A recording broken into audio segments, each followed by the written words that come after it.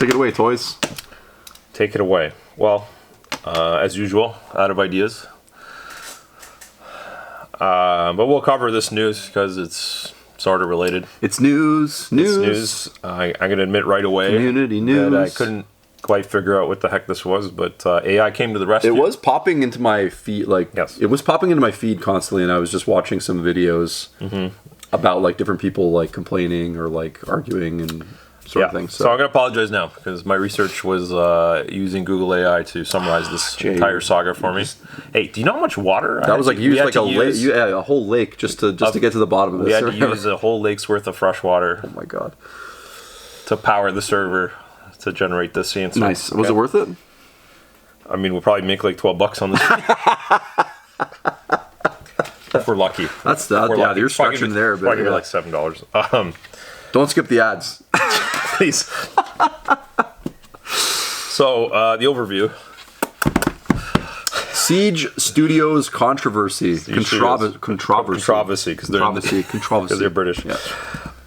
Centers on the company's attempt to trademark the term war boot, which on this side of the pond I've never heard of. But it's a garage sale. I guess what do you call it? Like a mini swap? Yeah, a popular community name for informal swap meets, where Warhammer collectors buy and sell miniatures. After receiving widespread backlash and swift community criticism, Seige Studios, through its founder James Otter, issued a full apology. Isn't it? Otero? Otter? I don't know. It's AI. AI. Absolutely butchered his name. AI, I'm sorry. It's Otero, Otero, yeah. I think, Otter. Wow, AI is really killing it. Yeah. It was misspelled someone by someone. Holy crap. Oh my god. So maybe this whole statement. Well, the comments will figure it out. So like we said, don't get to the bottom don't of ever watch us for actual facts. No, okay? this is punditry, not journalism. Anyway, he apologized and anyway, what happened? I love it. They actually put what happened. Sent cease and desist letters to organizers of war boot swap meets, claiming a trademark on the term and demanding they stop it. That's like going after Ma's garage sale. It is. It's a bit. The founder, I'm not even going to bother with the name, stated the intention was to create a national brand for events. This approach was taken without consideration on the impact of the community. Anyway, there's a bunch of backlash because community felt that it was an attempt to commercialize and control a term that was part of their hobby's grassroots culture. Garage sale, yep. Following the backlash, full apology, withdrawing all claims to the war boot trademark, blah, blah, blah. Thanks, AI. Thanks a lot. Thanks a lot. Apparently, he never actually says sorry in the video. Oh.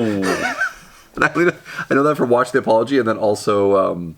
Man, I used all that water. I looked at all the comments. The comments are always funny in those things, right? So, I think this is like a larger sort of like issue. I think people have with like we could just say the economy, right? Which is like the sort of I don't know, say governing forces or whatever of how we operate.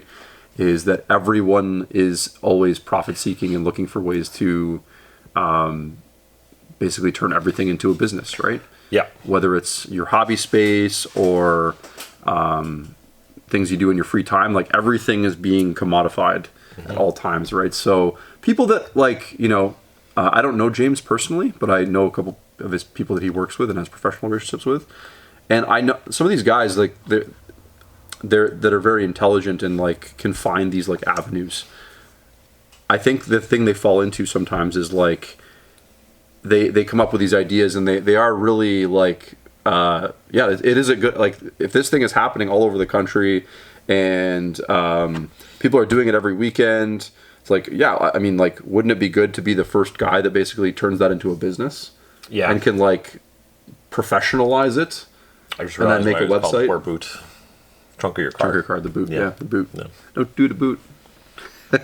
Anyway. So like the logic there is obviously very like business oriented and sound, where it's like, look, companies are doing this every day, right? They're turning like someone giving a ride into like Uber, and like everything is being, renting out a room in my house, and all these things are like monetized. Uber is going to come after me. That's right. That's right. You can like car share your vehicle and like So every little ounce of society is being commodified, right? We Every should be day. lending out our armies for a fee. See, you could do that. James Otero, you should get that's the next idea. Cease and desist, whatever. Yeah, and I think like if he had just like tried to do it and made a name for it, all the power to you, right? I think the bad step I think was going after like a common term, like we don't use terms like that over here, but like I don't even think we have. I think we're so lacking community over here in North America that we don't do anything like that. No. But like the closest thing I can think of is like we used to have these events called like Bazaar Bazaars where we'd like oftentimes stores will organize these kind of like auctions or meets or whatever, bazaars, and they'll do like a trade swap thing for store credit. A garage sale is like the most common kind of. It's just where you like Yeah, it's because we're not as club focused here. It's like no, stores are the clubs themselves. We don't have any communities. No, we're just like individuals floating around in cars and stuff. We love our cars. We love our vehicles. love. Yeah, it's like you're chained to this thing that you love it. Yeah, I love it. Yeah. So I guess like I don't necessarily going anywhere with that, but like the idea is that like it is a larger systemic kind of thing, I think. Not to take any blame off this person, but I think everyone's kind of in business is looking to do these things all the time. Well, yeah, and look, this main thing is that it is really drives home that Games Workshop / Warhammer is big business now. Sound effects. There you go. Third video. There's always a third video. We always get tagged with it. Because we're a little closer to the opening of the store. A lot of these, I mean, like we're doing these, like we did this video last week with Gamak or whatever his name is, or like there's just like a lot more of these like business things or cease and desist or like, and it just I think it does show, like you said, that just how big the Games Workshop business is now. Mm-hmm. That like there's all these people that are making livings off of, whether it's not even talking about like shops. Like the traditional stuff. Yeah. Like this guy owns a painting studio. Yes. Right. Like that's his Seige Studios is mainly like a painting studio. Yes. Commission stuff and whatever. But that I mean that's obviously a big enough business to sustain like employees and like a livelihood and stuff. Mm-hmm. So it does go to show. It's like it's like a guy doing STLs is like one thing. And that I feel like you could connect the dots a lot simpler here, but this is like so it's like trying to trademark something that's like related to Warhammer, but not even actually is. It's like that's crazy. That it was a bit crazy. Even there, someone is like try. It could turn into money somehow related to this whole and well, he probably like looked at the ITC stuff or whatever, like the guys like Reese and stuff, and then the thing that they did, they like.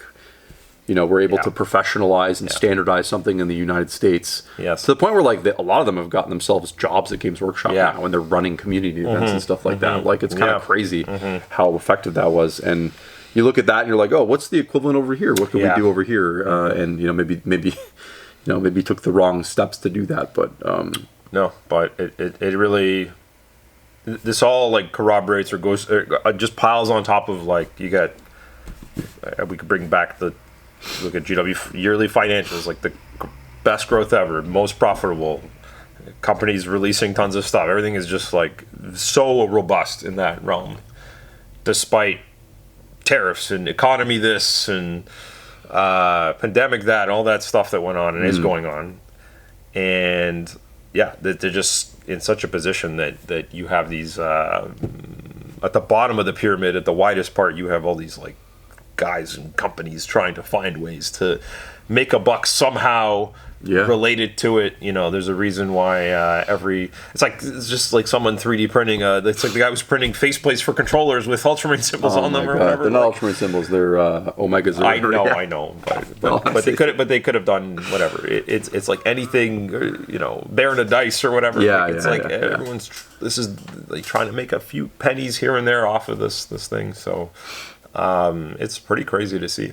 It's when you go to Adepticon, like, or any of these big events that have vendors, you see it in live action, right? Like you see I was, especially this year, there was a lot of like independent companies, that were like, here's my game and this is what I'm doing. And I thought that was the coolest stuff to see. It's like, great. But like at least half of the vendors there are living in that realm of, oh, we're here for the GW bucks. Yeah. We're here for the people that are like paint miniatures that are, paint their Warhammer figures, or like need accessories for playing the games, objective or markers, acrylic tokens. It's 3D cases, printed proxies, army cases. Yes. Gosh, just about everything, right? Like, yeah. And it's all built around first and foremost, can it like carry or be used in a Warhammer thing, and then any other game is just like a happy bonus, like on the side. Like, well, and you can even argue that a lot of those little companies wouldn't go to that con to sell their stuff if the GW anchor wasn't there, right? Yeah. That bring in all these customers in that like can take a look. Oh, great. Chris and I are always wondering. At one point, well, every year I look up. It does seem to happen slowly, but I'm like, is at what point is GW just going to be like, this entire con is us? It's a joke. I know. I know. Yeah. No. I know. They actually are like, that's what makes Adepticon so special, is that it does have everyone under one roof. Yes. And we all just get along, and it's fine. Even though all the little games have been pushed out slowly until. I mean, this year I do appreciate that at least they put the GW store firmly like in their own hall. Like, I mean, it's one giant massive room. But like where all the Warhammers being played, the 40K, the AOS, the Old World, all that junk, it's like their own superstore is like there specifically, and it's not like, and then the rest of the vendor hall is like kind of next to it. It's good. It's good logistically though, because it's not like they're the center of the vendor hall and you have to go through it and then get to them, and then they just suck all the air out of the room. They're clog like, it up, and they have their own specific store, and people can queue up in there separately from the rest of the vendors who and I think that's good. That's a good way to do it for sure. So then, I think they're self-aware that that that whole thing works if everyone gets along, and so I mean, GW also like it doesn't help the evil empire thing if you're like if it's just you, right? Then like I think it kind of almost looks bad. Like, could you imagine if they just had a team of guys cease and desisting all the vendors like that day, just handing out letters or whatever? Boom. I mean, served. Yeah, they'd rather do it through the mail or whatever. Through the Royal Mail. The Royal Mail delivered by a soldier. You just want to open the envelope. No. Poison gas or something. Basically. Yeah, so I mean, like this, as much as this drama was like, we were like, we'll cover it because we don't have a third topic today or whatever. But it's, I think, it's not like it's not a hard nut to crack. I don't think. I think the community got it right. I think it does show you how much power too. Like, I mean, the reality is like when you're a small business, like we'll even use ours. I don't know how big James's business is, like how many employees he has and stuff like that. But like. If hundreds of people are up in arms about, that's enough to like move the sticks if you're a small little organization. What I mean? Like, it's not like that same amount of people would have been able to shift any kind of sentiment with GW or something like that, right? So it is funny though sometimes how like the angry mob only works on the little guy. Yes. Yeah, I know. Yeah. If you're a little guy, like a dozen people being angry and spreading bad news and everything. You're like, whoa, guys, so whoa, yeah. Like, holy cow. Yeah, I know. Hell, 12, man. It could take like 3 dedicated people with a keyboard could do some serious damage to you. Sure. That's the scary thing, right? I've seen it. Yeah. But I think. I know there's a lot of people being like, oh, his apology didn't seem sincere enough. It's like, I don't know what sometimes you want people to say. Yeah. Yes. He still has to be professional, right? He can't be like, I'm so sorry, and well, even that, then someone would poke and be like, oh, this guy's a loser or whatever. He groveled too hard. Yeah. You can't win. He's like, this guy. Yeah, like, oh man, this guy's so soft or whatever. Yeah, I don't know what you do. Now I hate him and don't respect him. At least before I just hated him. Yeah. Sure. But I think ultimately, when when people come out and actually apologize. I think that's pretty noble. Like, it's hard to admit when you did something wrong, and it's hard to do it on a video as a business. I think that's pretty intense, right? So Yeah. So I think people should at least give him that sort of, like, whether you want to support him or not as a business. I don't think most people that were like up in arms were even his customers, but Yeah. it's just people that are seeing it online, right? So how much this will actually affect their business, who knows? It is one of these things that you like think about it for 2 seconds and you're like, what mind space was he in when he was like, yeah, this is a good idea? Like, you know what I'm saying? We're gonna cease and desist people who advertise that they're gonna like swap some minis. Literally, in the parking lot. like what? It's like literally like people who organize like a local tournament or something. Like, Yeah. you're going after those guys. Yeah. These people are like Yeah. usually the most selfless people on the planet. Like, let me tell, like, we've done this before. Like, there's very few rewards for doing that. Like, Yeah. it's a ton of work. Yeah. Absolutely sucks. Yeah. You know, He people must have been so tunnel visioned about something. Yeah, I don't know. Yeah, it is. Yeah.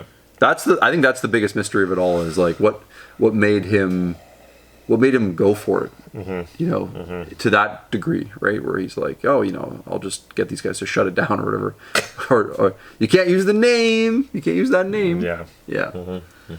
Yeah. I mean, you're going to see more stuff like this constantly, right? It's just going to be a thing that happens. True.